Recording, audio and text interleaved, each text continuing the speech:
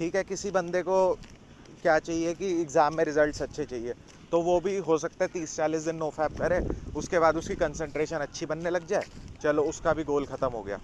तो देखो, एक ना कोर होता है ये नो फैप लाइफस्टाइल, एक सक्सेसफुल बंदे के लिए कैटलिस्ट का काम करेगा।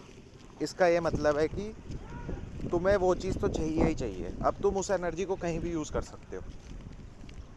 तो नो फैप तो तुम्हें करना ही है, उसके साथ तुम अपने गोल्स पे इसका ये मतलब नहीं है गोल अचीव कर दो भाई, इतनी अच्छी चीज़ को तुम अपने साथ लेकर चलो हमेशा। ये सब मैं तुम्हें इसलिए बता रहा था। देखो, कई लोग मेरे से पूछते हैं कि भाई 200 दिन हो गए, 300 दिन हो गए, अब क्या, हमें अच्छा लग रहा है नो फैप पे, अब क्या करना है। तो मैं पहले तुम्हें बता दूं क्या क्या। तुम नो फैप को जैसे तुमने कर लिया, लंबा कर लिया, उसको लाइफस्टाइल बना लिया, अब तुम उसको कैसे कैसे अगले लेवल पे लेकर जाना है, वो तुम्हारी प्रायोरिटी होगी। ठीक है, मैं तुम्हें सारी चीज़ें बता देता हूँ, उसके बाद depends on person to person. देखो, जब बंदा रिकवर हो, पहला गोल तो यही होना चाहिए कि हिलाना बंद कर दो, पॉन देखना बंद कर दो। ठीक है, उसके बाद तुम्हें बेनिफिट आ रहे हैं, कोई फ्लैट लाइन नहीं आ रही, तो तुम पॉन वगैरह पे कम डिपेंडेंट थे, बहुत अच्छी बात है, तुम रिकवर हो गए।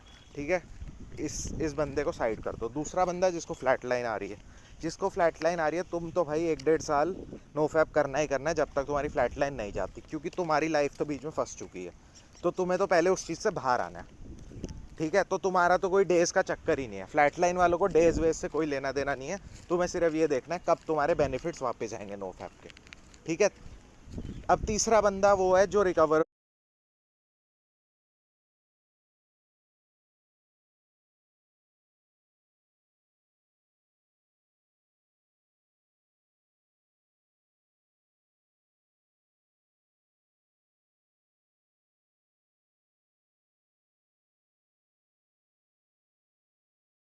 हो चुका है, फ्लैट लाइन से निकल चुका है।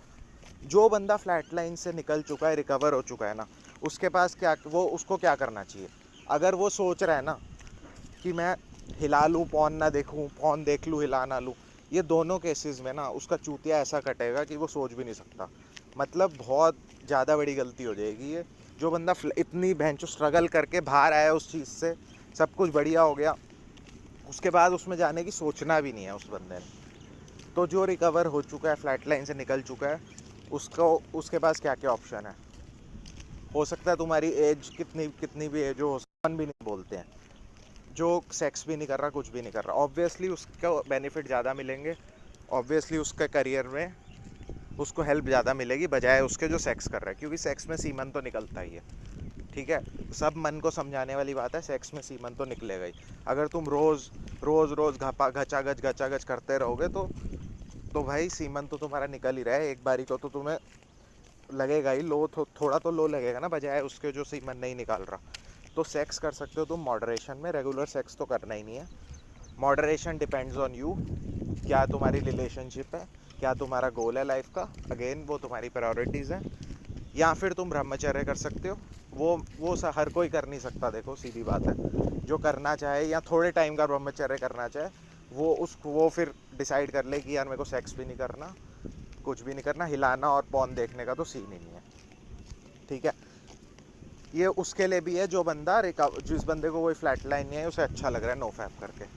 ठीक है, और मेन फ़ायदा तुम्हें नो फैप का तभी होगा जब करो और उस एनर्जी को उस गोल में इम्प्लीमेंट करो और कुछ अचीव करो लाइफ में। ठीक है, तो एज सच नो फैप की कोई टाइमलाइन नहीं है, नो फैप को लाइफस्टाइल बनाओ।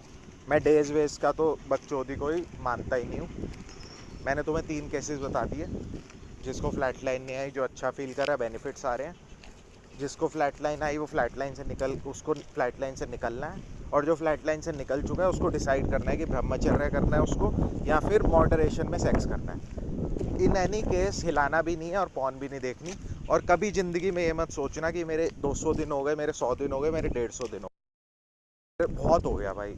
ये माइंड में आता है ना यार, मैंने तो कभी तो मैं 7 दिन भी नहीं कर पाता था, अब मेरा मन कर रहा है यार 100-200 दिन हो गए, अब बहुत कर लिया, थोड़ा टाइम छोड़ देते हैं नो फैप। ये सब कुछ नहीं है भाई, ये सब को मैं नो फैप नहीं मानता। No fap is a lifestyle, ये सबसे बड़ी मिस्टेक है। तुम एक चीज़ में घुसने के बाद उस कोई फ़ायदा नहीं है।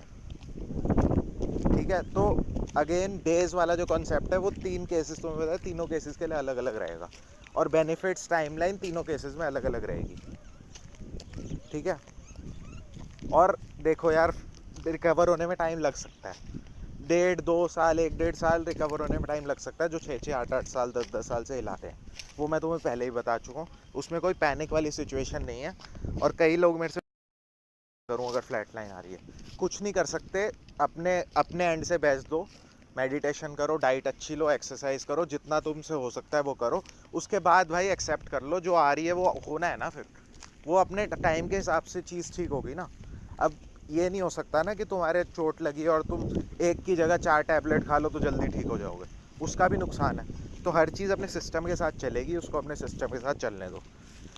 बाकी देखो यार, मैंने नो फैप के ऊपर ना ज़्यादातर वीडियोस तो बना दी हैं, मैक्सिमम। अगर कोई वो सारी वीडियोस देख लेगा ना, तो उसको नो फैप के बारे में मोटा मोटा सब पता लग जाएगा कि करना क्या है उसके बाद।